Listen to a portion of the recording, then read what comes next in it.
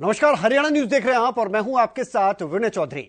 दिन भर आप सैकड़ों खबरें देखते हैं, इन खबरों से रूबरू होते हैं, लेकिन इनमें से कुछ एक खबर ऐसी होती हैं जो दिन भर की सुर्खियां बनती हैं और इन्हीं सुर्खियों वाली खबर पर डिटेल में इस प्रोग्राम के जरिए हम रोशनी डालेंगे। प्रोग्राम जिसका नाम है खबर गरम है।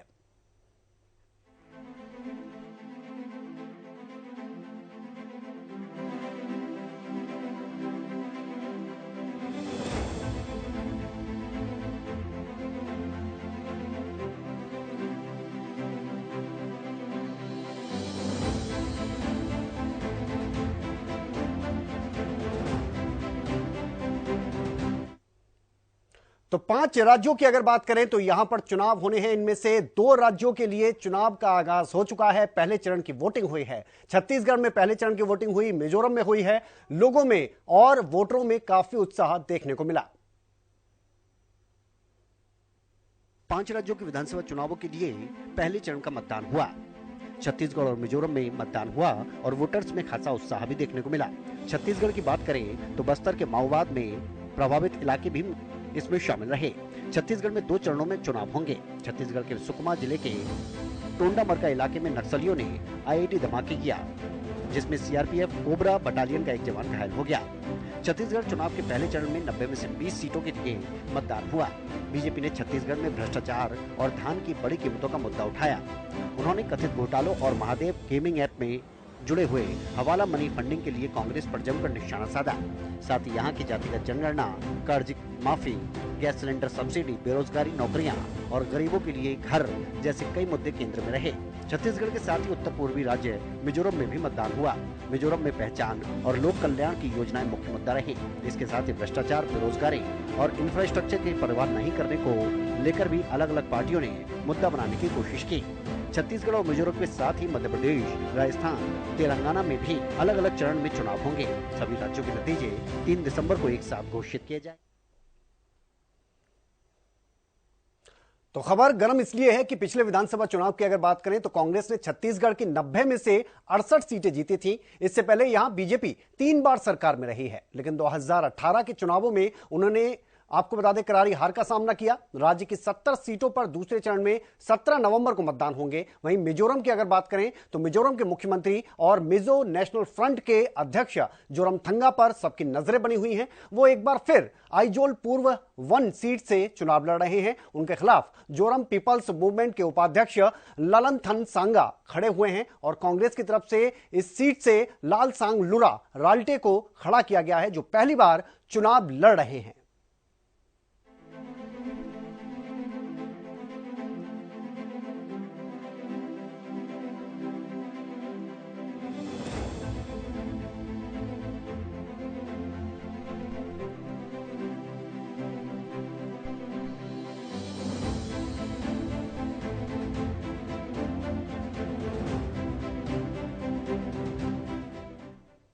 तो इन चुनावी राज्यों में प्रचार भी जोरों शोरों के साथ आगे बढ़ता नजर आ रहा है। मध्य प्रदेश में प्रधानमंत्री नरेंद्र मोदी पहुंचे, जनसभा को संबोधित किया, कांग्रेस पर जमकर निशाना साधा।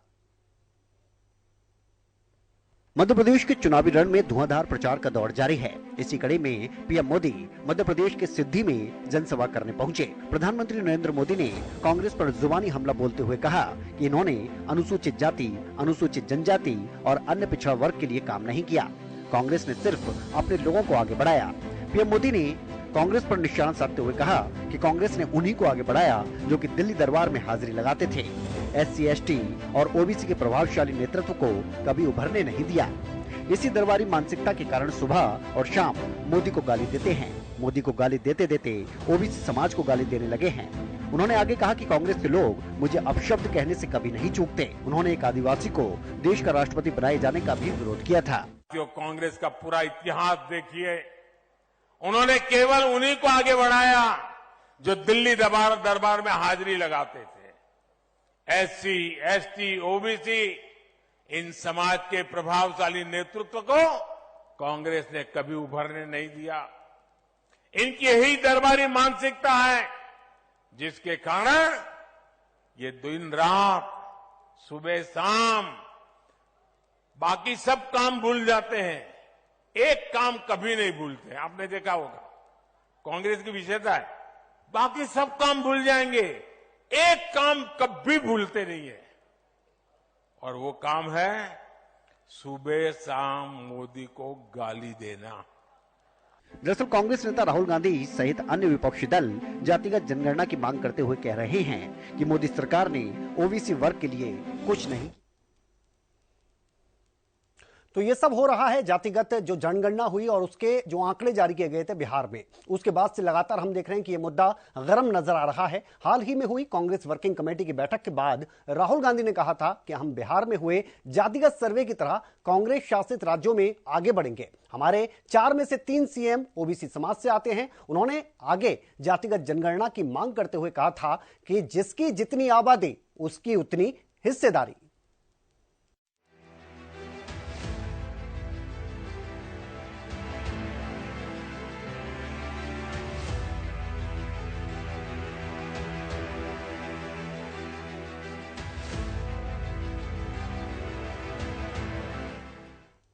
बात मध्य प्रदेश की हो गई, अब बात करते हैं राजस्थान की, जहां पर चुनाव होने हैं और चुनाव प्रचार बड़े ही धुआंधार तरीके से आगे बढ़ रहा है। तमाम दिग्गज चुनावी रण में नजर आ रहे हैं। केंद्रीय गृह मंत्री अमित शाह ने राजस्थान में एक जनसभा को संबोधित किया और अशोक गहलोत की अगर बात करें तो उन पर सीधे सीधे जुबानी वार किए। राजस्थान चुनाव के प्रचार करने के लिए गृह मंत्री अमित शाह नागौर जिले के कुचामन सिटी पहुंचे। जनसभा को संबोधित करते हुए अमित शाह कांग्रेस पर जमकर बरसे। अमित शाह ने कहा कि अशोक गहलोत ने तुष्टीकरण की राजनीति की सारी हदें पार कर दी हैं। उदयपुर में दिन दहाड़े कन्हैया लाल की हत्या कर दी गई। राज्य में महावीर जयंती और रामनवमी पर प्रतिबंध लगाया गया है। अमित शाह ने कहा कि राजस्थान में पीएफआई की रैलियां हो रही हैं। राजस्थान में हुए पेपर लीक को लेकर अमित शाह ने अशोक गहलोत को कटघरे में खड़ा कर दिया। उन्होंने कहा कि कांग्रेस सरकार ने पेपर लीक का रिकॉर्ड बना दिया है। साथ ही अमित शाह ने कहा कि जल जीवन मिशन के नाम पर 20,000 करोड़ रुपए का घोटाला हुआ। राजस्थान में सचिवालय में पैसा मिलता है। अशोक गहलोत को लोग जादूगर कहते हैं। जादूगर ने राजस्थान से सब कुछ गुल कर दिया। अशोक गहलोत ने जादूगर के राज में बत्ती भी गुल कर दी। जादूगर तो है ही भाई, कुछ तो है। कोई मुख्यमंत्री ऐसे जादू नहीं कर सकता। देखिए साहब, इन्होंने जादू कर राजस्थान में बिजली घूल कर दी। पूरे देश भर में बिजली मोदी जी ने घर घर पहुंचाई। यहां सबसे ज्यादा कटौती राजस्थान में होती है।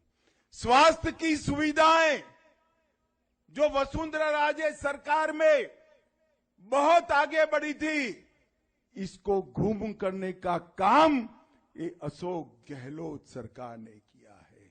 रोजगारी भी घूम कर दी, कानून और व्यवस्था भी घूम कर दिया। अब इतनी सारी चीजें तो कोई जादूगर ही घूम कर सकता है और कोई नहीं कर सकता है। पीएफआई के मुद्दे पर अमित शाह ने कहा कि अगर कांग्रेस की यहां दोबारा सरकार बनती है तो पीएफआई से कोई नहीं बच सकता। उन्होंने कहा कि राजस्थान के इस इलाके से सबसे ज्यादा लोग सेना में हैं। इन सैनिकों ने कांग्रेस की सरकार से 1 रैंक 1 पेंशन की मांग की, लेकिन कांग्रेस ने उनकी नहीं सुनी। मगर प्रधानमंत्री नरेंद्र मोदी की सरकार ने 1 रैंक 1 पेंशन की मांग को स्वीकार किया और सभी सैनिकों के खाते में एक बार में 40,000 करोड़ रुपए ट्रांसफर किए गए। तो अमित शाह ने अशोक गहलोत से कई सवाल भी पूछे हैं। अमित शाह ने कहा कि 2004 से लेकर 2014 तक कांग्रेस की सरकार केंद्र में रही। इस दौरान राजस्थान की सरकार को केंद्र की तरफ से कितना पैसा विकास के लिए मिला। उन्होंने यह भी पूछा कि मुझे मालूम है कि वो इसका जवाब नहीं देंगे, इसलिए मैं जनता को बताना चाहता हूं कि 10 साल में सिर्फ 2 लाख करोड़ कांग्रेस की तरफ से राजस्थान को मिले, जबकि हमारी सरकार ने पिछले 9 साल में राजस्थान को 8,71,000 करोड़ रुपए विकास के लिए दिए हैं।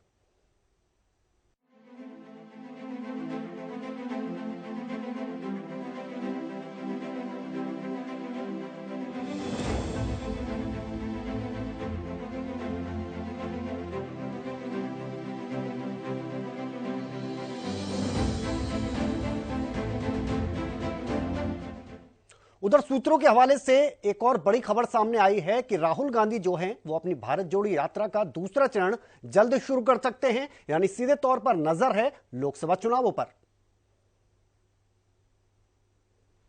मध्य प्रदेश, छत्तीसगढ़, राजस्थान, तेलंगाना और मिजोरम में विधानसभा चुनाव और अगले 2024 में लोकसभा चुनाव को जीतने के लिए कांग्रेस पार्टी जमकर प्रयास कर रही है। कांग्रेस नेता राहुल गांधी ने इसके लिए भारत जोड़ो यात्रा की शुरुआत की थी और इसका फायदा कर्नाटक चुनाव में पार्टी को मिला भी। अब खबर है कि राहुल गांधी भारत जोड़ो यात्रा का दूसरा चरण जल्द ही शुरू कर सकते हैं।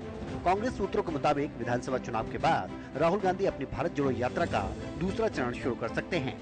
सूत्रों के मुताबिक दिसंबर से फरवरी के बीच भारत जोड़ो यात्रा का दूसरा चरण आयोजित किया जा सकता है। इससे पहले मध्य प्रदेश में विधानसभा चुनाव को देखते हुए 13 नवंबर को भोपाल में राहुल गांधी पदयात्रा करेंगे। फिलहाल राहुल गांधी 3 दिनों के उत्तराखंड दौरे पर हैं, जहां उन्होंने बाबा केदारनाथ के दर्शन किए।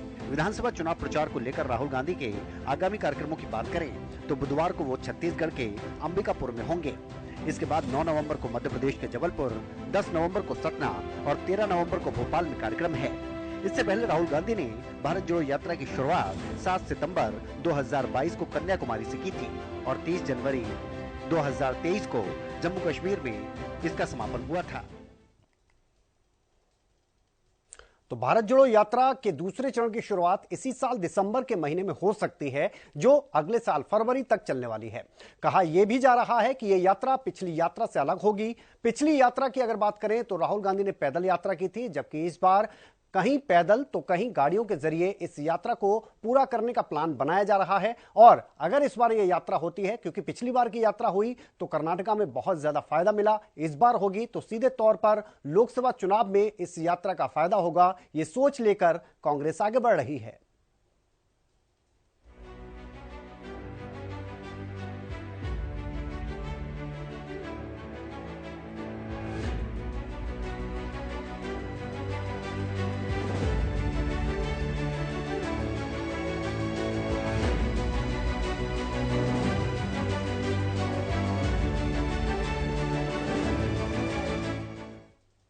और दिल्ली एनसीआर में बढ़ते प्रदूषण को लेकर सुप्रीम कोर्ट ने सख्ती दिखाई है और साथ ही राज्य सरकारों को फटकार लगाई है। इसके अलावा दिल्ली सरकार से कहा है कि आप जो उपाय अपना रहे हैं उनमें आपको और ज्यादा बढ़ोतरी करने की जरूरत है, क्योंकि पॉल्यूशन बहुत ज्यादा बढ़ चुका है।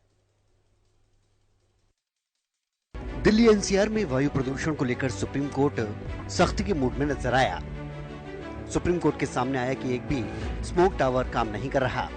अदालत ने सरकार को यह सुनिश्चित करने के निर्देश दिए कि इसकी मरम्मत की जाए।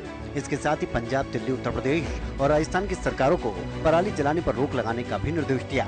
शीर्ष अदालत ने कहा कि प्रदूषण के मुद्दे से निपटने के लिए वाहनों के लिए ऑड इवन जैसी योजनाएं महज दिखावा है। इसके अलावा सुप्रीम कोर्ट ने सख्ती बरतते हुए कहा कि पंजाब सरकार ऐसे हालात देख रही है जहां धान की फसल के कारण जलस्तर में भारी गिरावट आई है। इस पर अदालत ने कहा कि आप एक तरफ बाजरा को बढ़ावा दे रहे हैं और फिर धान को भूजल बर्बाद करने दे रहे हैं। इस बात पर गंभीरता से विचार करने की आवश्यकता है कि क्या इस तरह के धान को उस समय अवधि में उगाया जाना चाहिए जिसमें इसे उगाया जाता है। कई साल पहले ये समस्या नहीं थी, क्योंकि ऐसी फसल नहीं होती थी। उन्होंने कहा कि हर समय राजनीतिक लड़ाई नहीं हो सकती है। पराली जलाना कोई राजनीतिक मामला नहीं है, इसे तुरंत जलाना बंद करना चाहिए। अदालत ने राजस्थान को वायु प्रदूषण को कम करने के लिए कदम उठाने का निर्देश दिया है। खासकर त्योहार के दौरान इस पर ज्यादा ध्यान देने की बात कही है। सुप्रीम कोर्ट ने कहा कि प्रदूषण का प्रबंधन करना हर किसी का कर्तव्य है। वहीं दिल्ली में पर्यावरण मंत्री ने ऑड इवन को लागू करने के लिए एक अहम बैठक की। आपको बता दें कि सुप्रीम कोर्ट ने वायु प्रदूषण मामले की सुनवाई के लिए 10 नवंबर की तारीख तय की है। तो फिलहाल प्रदूषण को लेकर हालात क्या हैं दिल्ली में? देश की राजधानी दिल्ली गैस चैम्बर बन चुकी है। ऐसे में दिल्ली वासियों की सांसों पर संकट बरकरार है। दिवाली से पहले राहत मिलती हुई नजर नहीं आ रही। केंद्रीय प्रदूषण नियंत्रण बोर्ड यानी सीपीसीबी के मुताबिक मंगलवार को भी दिल्ली में वायु गुणवत्ता गंभीर तौर पर नजर आ रही है। सुबह के वक्त कई इलाकों में धुंध की चादर नजर आई। ऐसे में लोगों का खास तौर पर सांस लेना दूभर हो चुका है। मौसम के मेहरबान होने का इंतजार अब लोगों को करना होगा।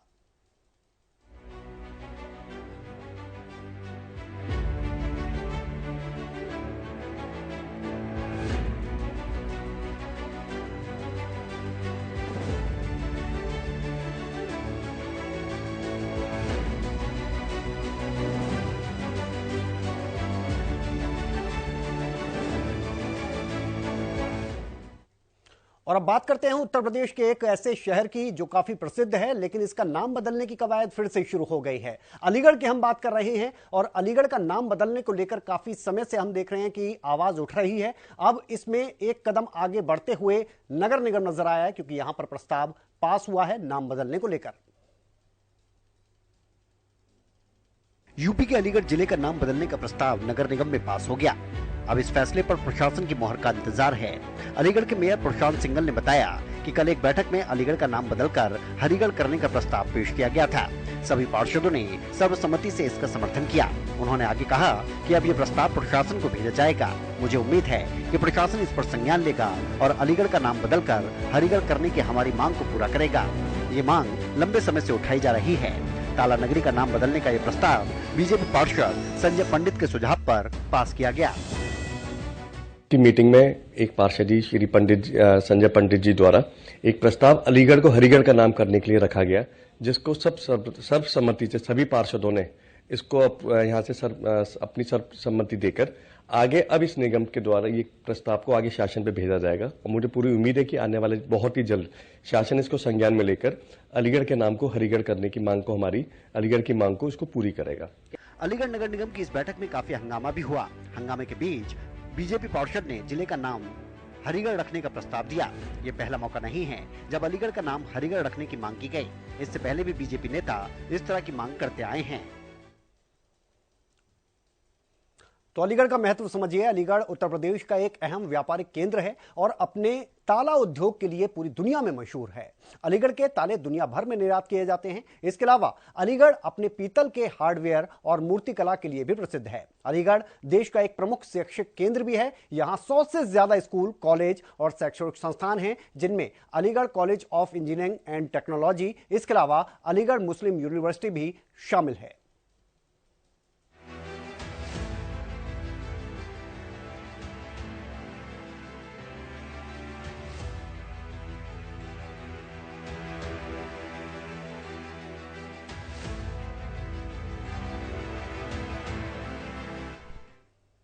और अब बात करते हैं हरियाणा की। तो हरियाणा सरकार की तरफ से एक महत्वपूर्ण कदम उठाया गया है महिला सुरक्षा को लेकर, और यह कदम आने वाले दिनों में बहुत ज्यादा कारगर साबित होने वाला है, क्योंकि अगर कोई भी महिला अकेले सफर कर रही है तो उसके लिए यह जो फैसला लिया गया है वो महत्वपूर्ण साबित हो सकता है।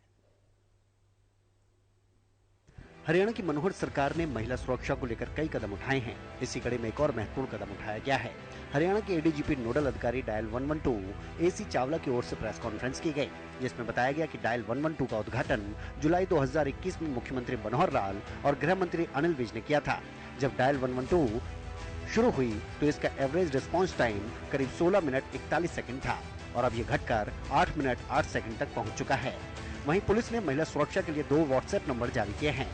महिलाएं किसी भी गड़बड़ी के लिए पुलिस को वीडियो, फोटो भेजकर सूचित कर सकेंगी। 2 नंबर इंट्रोड्यूस हमने किए हैं। विमेन सेफ्टी विंग जो हरियाणा पुलिस का है उसको इसके साथ 112 के अंदर जोड़ा है। जैसे साइबर के लिए अपना अमित यहाँ पर आए हुए हैं, इसी प्रकार से हमारी सोच है कि विमेन सेफ्टी की एक लेडी यहाँ पर एसोसिएट की जाएगी।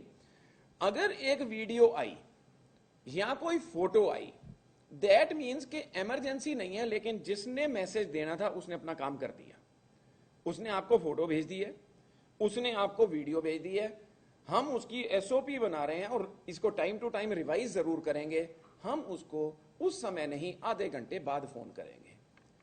अब वो हो सकता है कि बताने की स्थिति में हो, और अगर वो नहीं बताती है और बंद कर देती है या कुछ और लिख के भेजती है, अगर आवश्यकता हुई तुरंत एक इवेंट क्रिएट करके ईआरबी को वहां पर भेजा जाएगा। एसी चावला ने बताया कि महिलाओं की सेफ जर्नी की शुरुआत दीपावली के दिन से होगी और पहले महीने पायलट प्रोजेक्ट के तौर पर यह सेवा काम करेगी। News desk, Haryana news. तो ये जो नया कदम उठाया गया है ये काम किस तरह से करेगा? हरियाणा पुलिस ने महिलाओं के लिए व्हाट्सएप नंबर जारी किए गए हैं। इसमें 7988901091 और दूसरा नंबर है 8264591192। जो महिलाएं अकेले ट्रैवल कर रही हैं और पुलिस सुरक्षा कि अगर वो जरूरत उनको पड़ती है तो उसके लिए उन्हें कुछ नहीं करना है। जिस गाड़ी में वो सफर कर रही हैं उसका फोटो या वीडियो वो इस नंबर पर अपलोड करना है, जिसके बाद पुलिस की तरफ से एक लिंक भेजा जाएगा और उस लिंक पर जैसे ही वो क्लिक करेंगे तो पुलिस की तरफ से उस गाड़ी को ट्रैक किया जाएगा। यानी ये जो कदम है बहुत ज्यादा अहम साबित होने वाला है आने वाले दिनों में।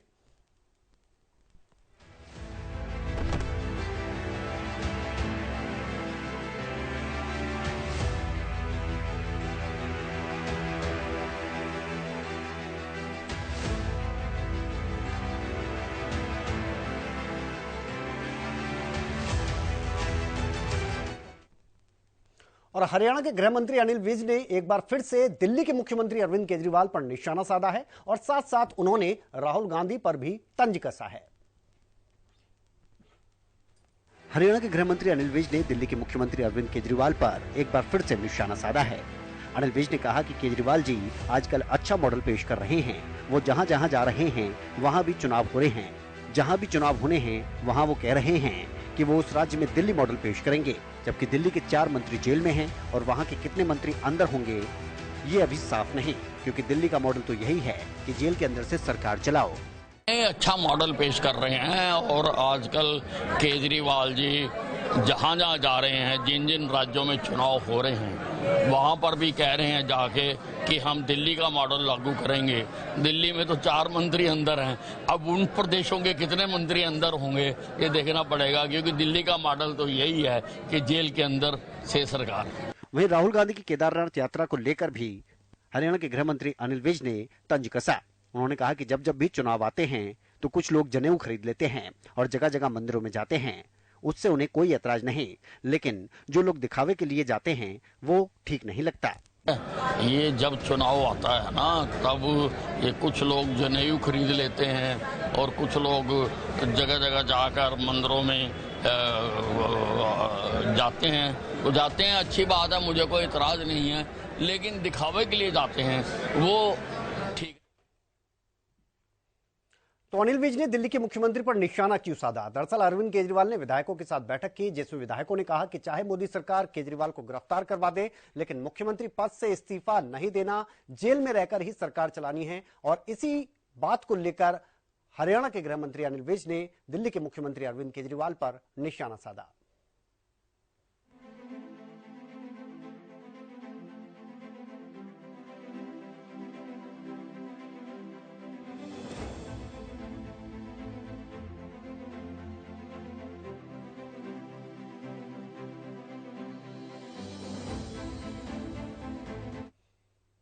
और गुरुग्राम की सड़कों पर एक बार फिर से गौ तस्करों का आतंक देखने को मिला है। हालांकि गौ रक्षकों ने कड़ी मेहनत के बाद इन गौ तस्करों के ट्रक को रुकवाया। हालांकि ये गौ तस्कर फरार हो गए, लेकिन एक को तो पकड़ ही लिया।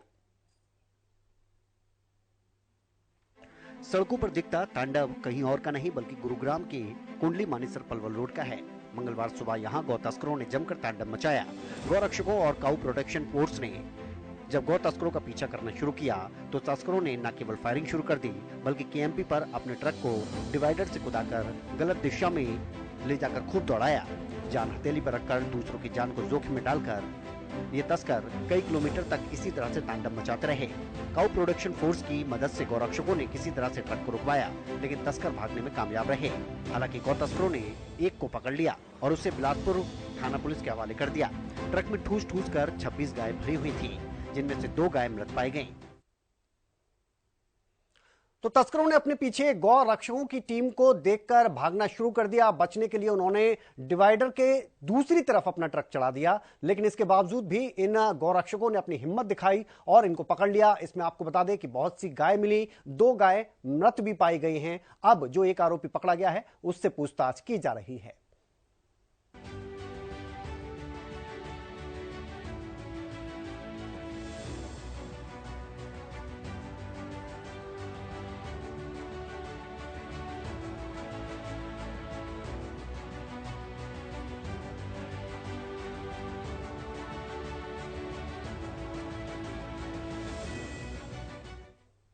और अब बात करते हैं खेल जगत की। तो विश्व कप में श्रीलंका और बांग्लादेश के बीच एक मुकाबला हुआ जिसमें एक शर्मनाक घटना हुई। पहली बार क्रिकेट जगत में ऐसा हुआ जिसने क्रिकेट प्रेमियों के दिल को दुखाने का काम किया। श्रीलंका के एंजेलो मैथ्यूज इंटरनेशनल क्रिकेट के इतिहास में टाइम आउट से आउट होने वाले पहले बल्लेबाज बने। वर्ल्ड कप 2023 के 38वें मुकाबले जो कि श्रीलंका और बांग्लादेश के बीच दिल्ली के अरुण जेटली स्टेडियम में खेला गया, इसमें एंजेलो मैथ्यूज को वक्त पर अगली गेंद का सामना न करवाने के चलते टाइम आउट करार दिया गया। बांग्लादेश की ओर से कप्तान शाकिब ने टाइम आउट की अपील की थी। वहीं एंजेलो मैथ्यूज की बात करें तो वो सदीरा समरविक्रमा का विकेट गिरने के बाद क्रीज पर आए थे, लेकिन हेलमेट में दिक्कत होने के चलते उन्होंने दूसरा हेलमेट मंगवाया। हालांकि मैथ्यूज ने अपनी पहली गेंद का सामना नहीं किया था। समरविक्रमा का विकेट गिरने के बाद मैथ्यूज को 2 मिनट पूरे हो गए थे और उन्होंने कोई गेंद नहीं खेली थी। इसी के चलते विरोधी कप्तान शाकिब अल हसन ने अंपायर से मैथ्यूज के टाइम आउट की अपील कर दी। हालांकि शाकिब की अपील के बाद मैथ्यूज ने अंपायर और शाकिब को टूटा हुआ हेलमेट भी दिखाया, जिसकी वजह से वो पहली गेंद समय से खेल पाने में नाकामयाब रहे। लेकिन शाकिब ने अपने फैसले को नहीं बदला। इस तरह मैथ्यूज टाइम आउट होने के बाद पवेलियन वापस लौटे और क्रिकेट जगत के पहले बल्लेबाज बन गए जो इस तरह से आउट हुए। आपको बता दें कि बांग्लादेश टूर्नामेंट से बाहर होने वाली पहली टीम बन चुकी है। शाकिब की कप्तानी वाली बांग्लादेश ने अफगानिस्तान के खिलाफ पहला मैच जीतकर अभियान की शुरू ने सभी मुकाबलों में हार का सामना किया। हालांकि आखिरी मुकाबले में बांग्लादेश ने वर्ल्ड कप इतिहास में श्रीलंका को पहली बार मात दी। तो इस वाक्य से पहले बहुत से लोगों को यही नहीं पता था कि टाइम आउट है क्या। क्रिकेट के नियम बनाने वाली संस्था एमसीसी के मुताबिक बल्लेबाज के आउट होने या रिटायर होने के बाद अगले आने वाले बल्लेबाज को हर हाल में 2 मिनट के अंदर गेंद का सामना करना होता है, नहीं तो बल्लेबाज को टाइम आउट के तौर पर आउट करार दे दिया जाता है, यानी वो बिना कोई गेंद खेले वापस पवेलियन लौट जाता है।